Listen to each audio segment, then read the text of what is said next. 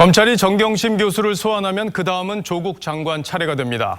법조팀 서주민 기자와 함께 조 장관 수사에 대해서 좀 더 자세히 알아보겠습니다.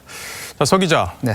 조국 장관에 대한 혐의가 검찰이 적용하려는 혐의가 상당히 여러 가지가 거론되고 있는데 현재 조 장관을 피의자 신분으로 볼 수가 있는 겁니까? 네, 조 장관 현재 피의자 맞습니다. 검찰이 조 장관의 유력한 혐의로 보고 있는 부분은 일단 그 증거 위조 교사입니다. 말 그대로 증거를 위조하도록 누군가에게 시켰다 이런 의혹입니다.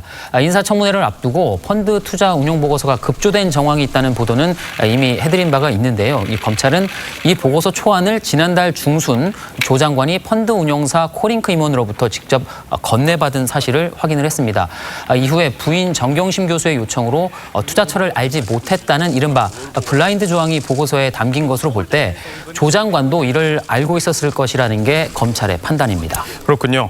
금융사 직원이 자택을 직접 방문해서 컴퓨터 하드를 교체했다. 이때 네. 조 장관이 집에 있었다는 보도가 나왔었는데 이 부분도 범죄 혐의와 관련이 있습니까? 그렇습니다. 그 부인 정경심 교수의 그 자산 관리인으로 알려졌죠. 김모 씨의 진술에서부터 시작된 의혹입니다. 특히 검찰은 이런 진술뿐 아니라 김 씨와 조 장관이 집에 함께 머물렀다는 걸 보여주는 객관적 증거죠. CCTV도 확보를 했습니다. 근데 함께 머물렀다는 것만으로도 범죄 혐의가 된다. 조금 이해하기 어려운 부분이 있습니다. 그렇습니다. 최근 검찰이 자주 언급하는 단어가 바로 이 상식적 판단입니다. CCTV 시간상으로 조 장관이 자산관리인과 함께 집에 머문 시간은 10분, 20분 이 정도가 아니라 1시간 가까이 정도 되는 것으로 알려졌습니다.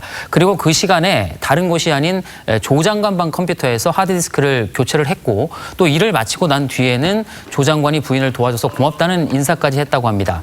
자신의 방에서 그리고 꽤 긴 시간 동안 자신의 컴퓨터를 만졌는데 과연 조 장관이 이걸 모를 수 있겠느냐라는 게 검찰이 말하는 이른바 상식적인 판단입니다. 그렇군요.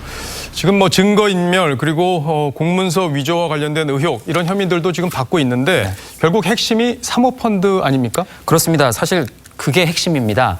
간단하게 말씀드리면 이른바 가족 펀드의 투자 내용을 조 장관 본인이 알았느냐 몰랐느냐 이게 굉장히 중요합니다. 알았다면 공직자윤리법 위반 혐의가 적용될 가능성이 높습니다. 앞서 2차 배터리 업체에 투자한 사실이 드러나면 다 죽는다 이렇게 말했던 조 장관의 오촌 조카 통화 녹취록에서도 볼 수 있듯이 이 직무 관련성은 이미 사건 관계자들도 인지를 하고 있었고요. 여기에 정 교수가 코링크의 설립 자금을 대고 또 투자처의 회사 돈을 횡령했다는 의혹이 사실로 드러나면 이 부부 관계인 그 조 장관이 지금까지 얘기하는 몰랐다라는 이런 주장이 설득력을 얻기 힘들 것으로 보입니다. 그렇군요. 검찰도 서 기자도 다음 주부터 좀 바빠지겠습니다. 잘 들었습니다.